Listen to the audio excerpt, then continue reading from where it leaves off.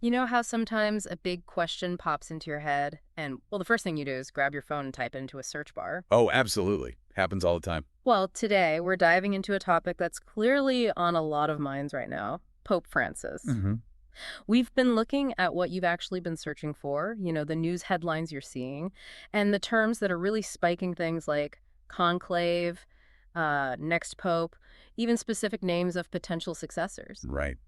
It's fascinating, really, to see this real-time snapshot of, well, public curiosity and concern. Yeah, and our mission here isn't just to list what's out there, but to really try and understand what it all means to get beyond the simple headlines. Exactly. And we've certainly observed a significant number of searches focusing right on the Pope's well-being. Yeah, what kind of things?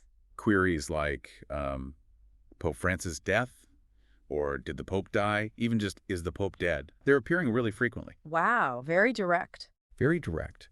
And these questions, they really highlight a fundamental need people have for just current information, straight answers. Okay, let's maybe unpack this a bit.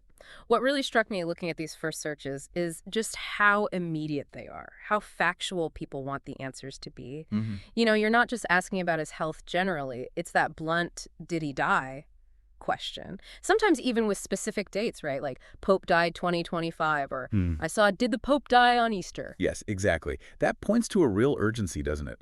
A desire to know the situation now. Definitely. And this immediacy, it suggests people are looking for definitive answers, probably in what feels like a really fast-moving news cycle. And we're seeing health concerns too, right? Not just the life or death question. That's right. Related health concerns are surfacing. Searches for Pope Francis' health generally, but also specific things like pneumonia are appearing. Okay, but just to be clear, seeing pneumonia in a search doesn't mean that's a confirmed diagnosis or anything. Oh, absolutely not. Hmm.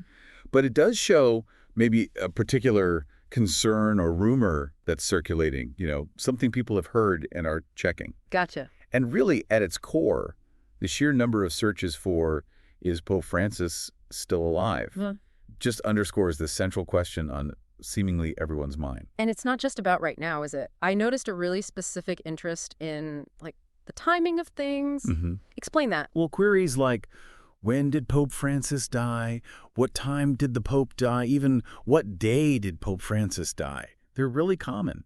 It's almost like people are trying to pinpoint a specific moment it might have happened, even though, there's been no official announcement of anything like that. That's a really interesting point. It's like preparing for the information almost. And this focus on the when, it also stretches to his time in office, doesn't it? Yeah, I saw that too. Searches like, how long was Pope Francis Pope and when did Pope Francis become Pope? Right. Which suggests maybe a desire to understand the duration of his papacy, perhaps as a way to contextualize any potential transition, Yeah. putting it in perspective. Okay, but the search activity, it definitely doesn't stop with just questions about Pope Francis himself. No, not at all. There's this really strong pivot towards the future. I mean, the searches are just full of anticipation. Like what? Things like who will be the next pope, new pope, who's the new pope, and then even more specific ones like who will be the next pope after Pope Francis and who will succeed Pope Francis. Yeah, the succession question. It's clearly a major, major point of interest. It's almost immediate, the shift. It is. Yeah. And what's fascinating there is how quickly that focus shifts. The term conclave also pops up frequently in searches connected to succession. Right, conclave. Can you quickly explain that? Sure. So for anyone unfamiliar, the conclave is that very traditional, highly secretive meeting of the College of Cardinals.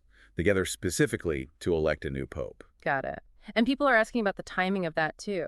Oh, yeah. People are definitely inquiring about the timeline. We see, when will the next pope be elected? When will the conclave begin? When does the conclave start? And even how long does it take to elect a new pope? So there's an awareness, it's a whole process. Exactly. It shows an understanding that this isn't just random. It's a structured process. Yeah. And it has a kind of expected duration, more or less. And then, of course, the speculation starts. Who's it going to be? Right. The guessing game. Your searches, our searches, they're bringing up quite a few names. Things like Luis Antonio Tagle, Cardinal Dolan, Cardinal Kevin Farrell, Cardinal Sarah, Harvard Sarah, yeah. Cardinal Tagle, Timothy Dolan, Cardinal Pietro Parolin. Lots of variations on those names.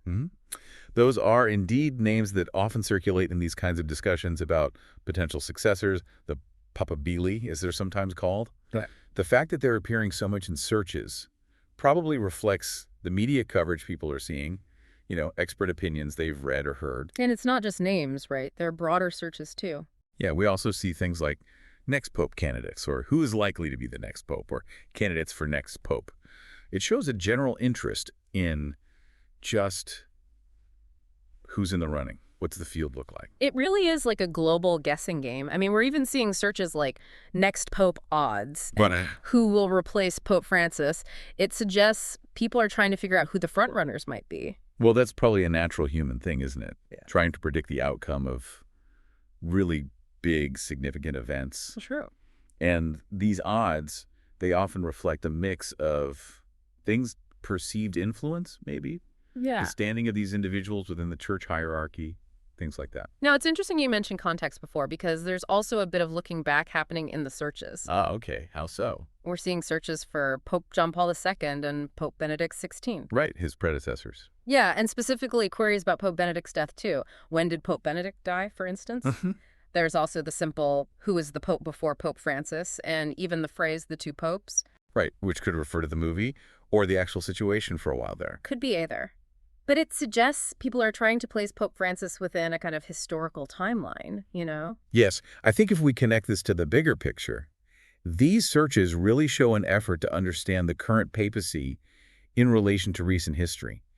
Remembering his predecessors, it gives a framework, maybe, for understanding Pope Francis's own time as Pope. And maybe for thinking about what comes next. Exactly. Perhaps anticipating what qualities or, approaches might be sought in his successor. We also see searches that give us a bit more personal background on Francis himself, like Jorge Mario Bergoglio, His birth name, yeah. along with Argentina and Buenos Aires. And the term Jesuit comes up quite a bit. Mm-hmm. And these contextual searches, they're really key to understanding the man, behind the title. How so the Jesuit part? Well, his identity as a Jesuit, for example, that's seen as a really significant aspect of his approach to theology, to leadership, to social issues. Yeah. The Jesuit order has this long, distinct history within the church. They're often known for a focus on intellectual rigor, but also social justice. Okay, interesting. Now, getting back to the mechanics of it all, the what happens next part, Right. you're also asking, people are asking, what happens when the Pope dies? And how do they pick a new Pope? Or how do they choose a new Pope? Yeah. There's clearly a desire there to understand the actual process. This raises an important point, I think, about the level of public understanding or maybe curiosity about how the church is governed. Mm-hmm. The search terms, College of Cardinals and Papal Conclave showing up, that indicates at least some awareness of the key institutions involved. Right, the College of Cardinals. Who Yeah. are they exactly? So they're essentially a body of senior clergy, mostly bishops, who are appointed by the Pope.